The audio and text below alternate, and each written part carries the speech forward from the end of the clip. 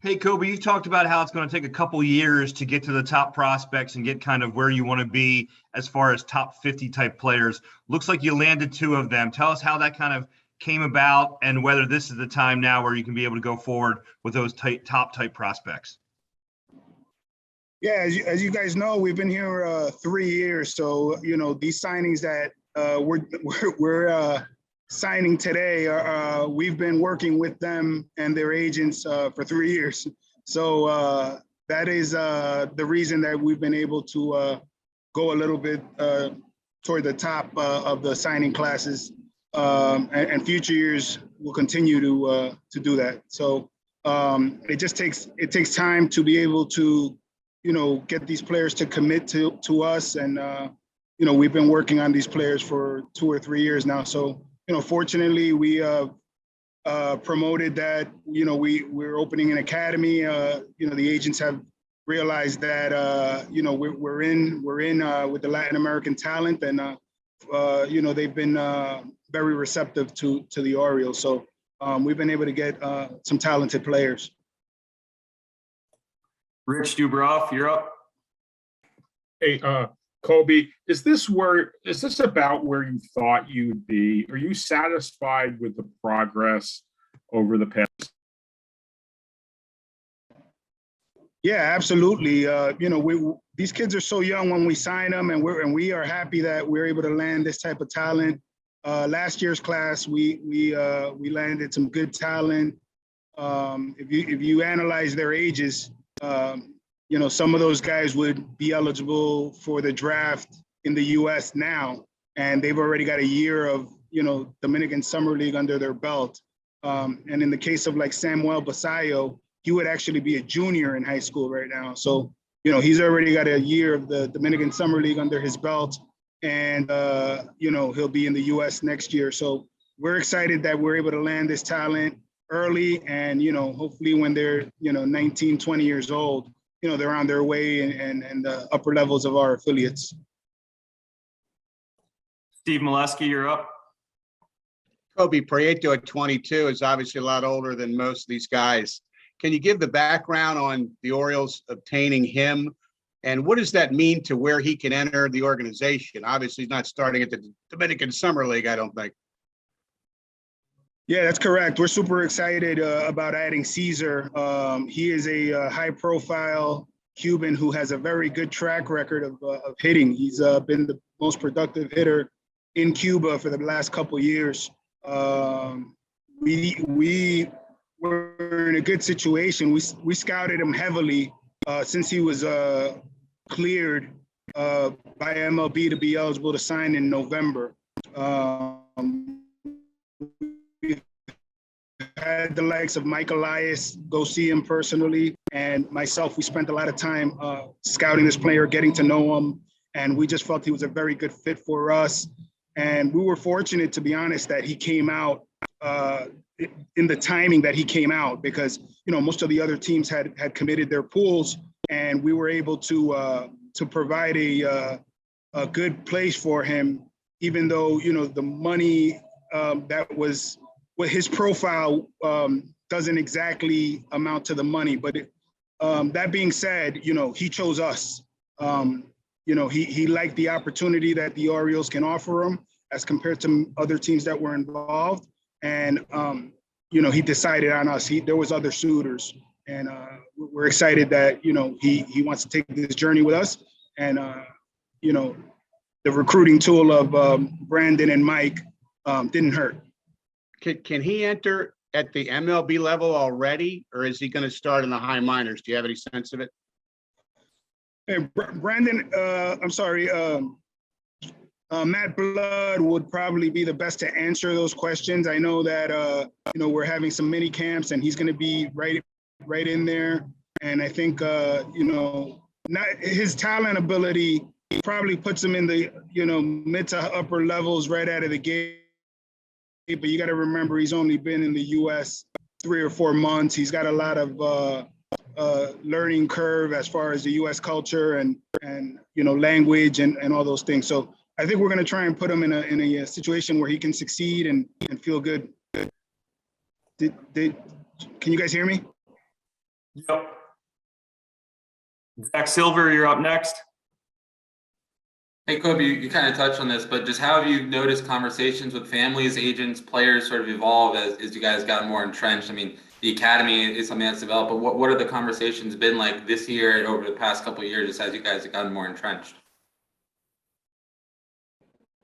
Yeah, you know, when we talk to these families and agents, they realize that, you know, we want the best for their players, and we're showing that not only because of the academy that we're building, but, you know, our general manager makes a presence in Dominican Republic. He comes down, he's able, you know, he's a scout in heart, so he likes coming down and seeing the players, and you know, that really helps. It's a huge recruiting tool when, you know, the top baseball ops shot caller comes down and personally, you know, scouts these players. You know, it's kind of like, you look at it as college recruiting. Like if you know, Sabian goes down and sees the kid personally and recruits him, there's a good chance that guy ends up at the college. So you know, Mike is always looking forward to coming and scouting, and I think that's really helped us, you know, acquire good talent.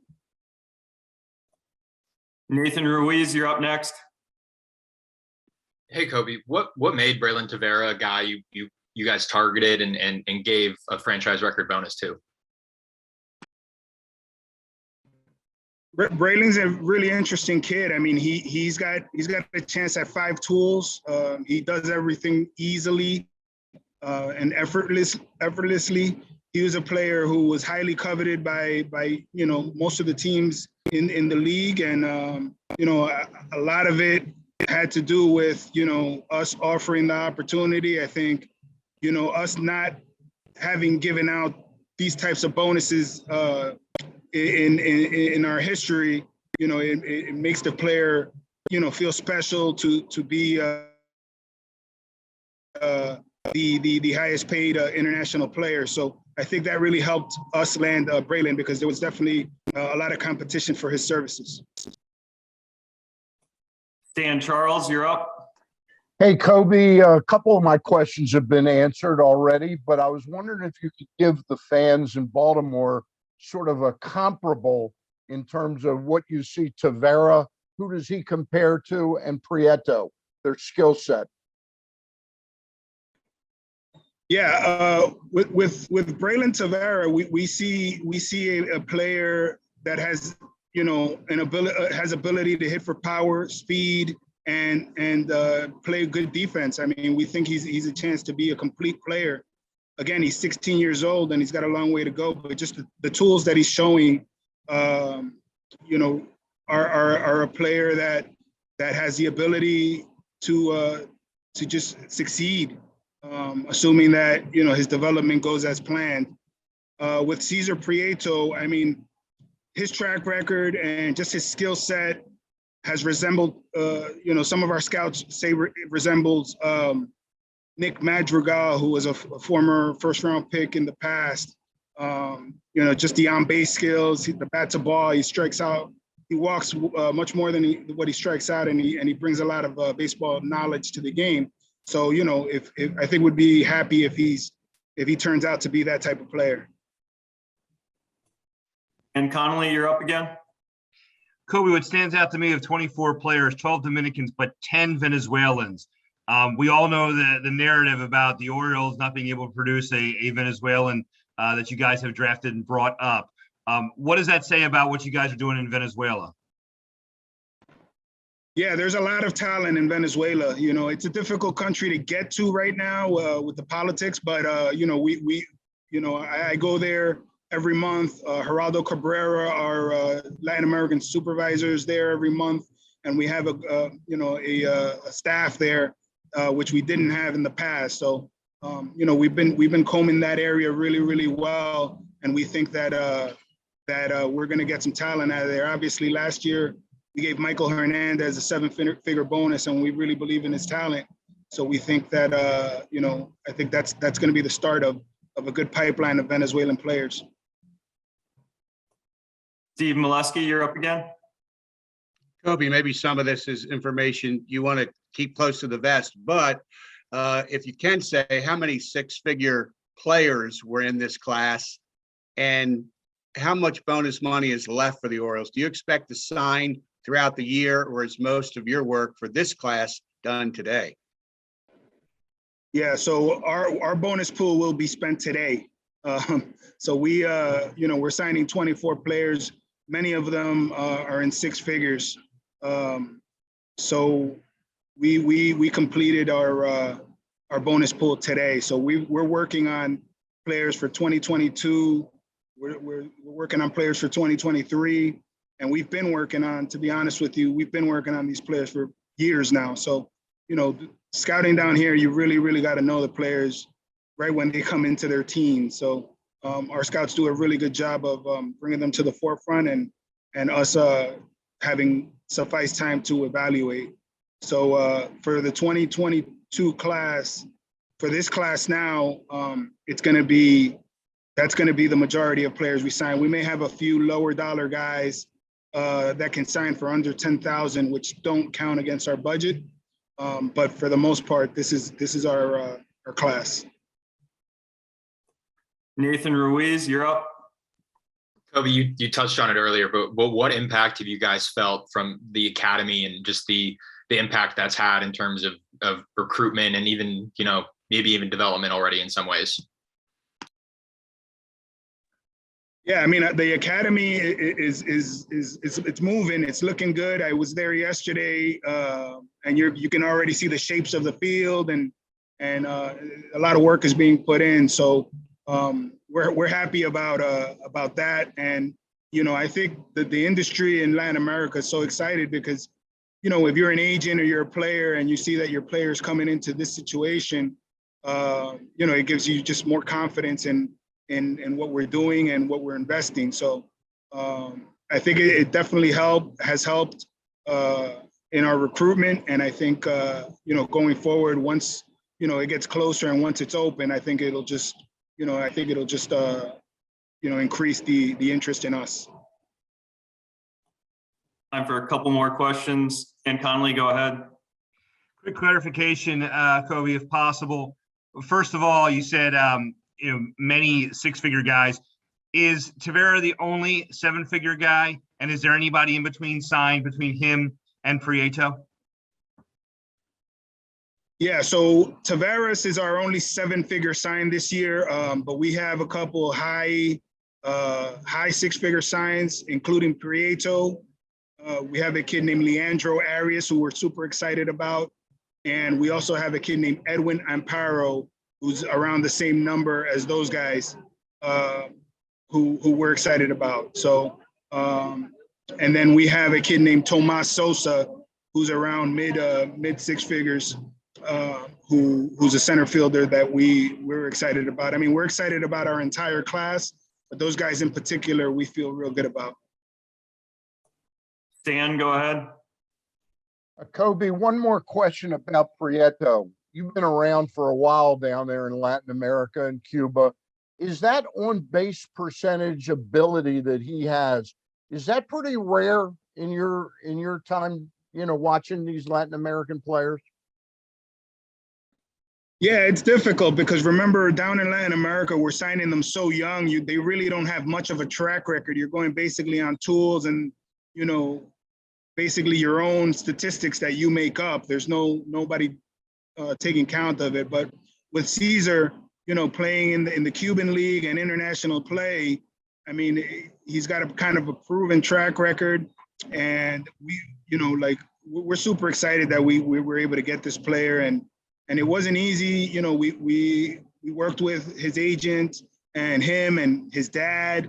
And there's so many people that are excited about this kid because he's broke some records in Cuba. Like there's a lot of excitement around Cesar Prieto, and we're excited that we were able to land him. So, and I've always said that, sometimes you got to wait for the late bloomer, or sometimes these guys from Cuba come out unexpectedly and you want to be prepared to be able to get them. And, it played right into our hands in this situation. So how does he grade out defensively also, Koby?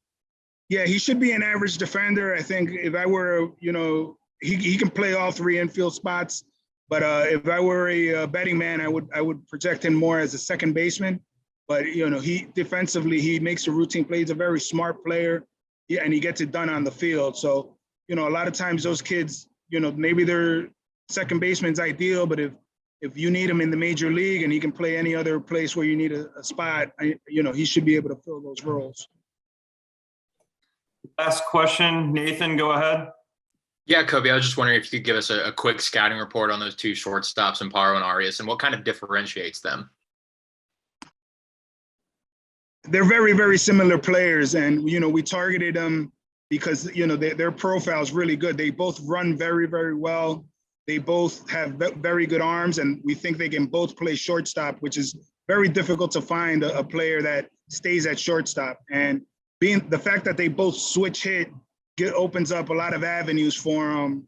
Obviously we want both these guys to be the shortstop, but sometimes when they're switch hitters, they have better chances at becoming utility guys. They can move over to second base. A shortstop can go to center field for the most part. These guys are really good athletes. And, our process in scouting is, we try to document what they've done these past 3 years. So, we document their at-bats and everything. And both these kids, they get on base, they don't strike out very much, and, they put the barrel on the ball. So, the little bit of track record we have are very, very good. So, we attack these players pretty early, and, they were happy to be part of us, and we're happy to have them.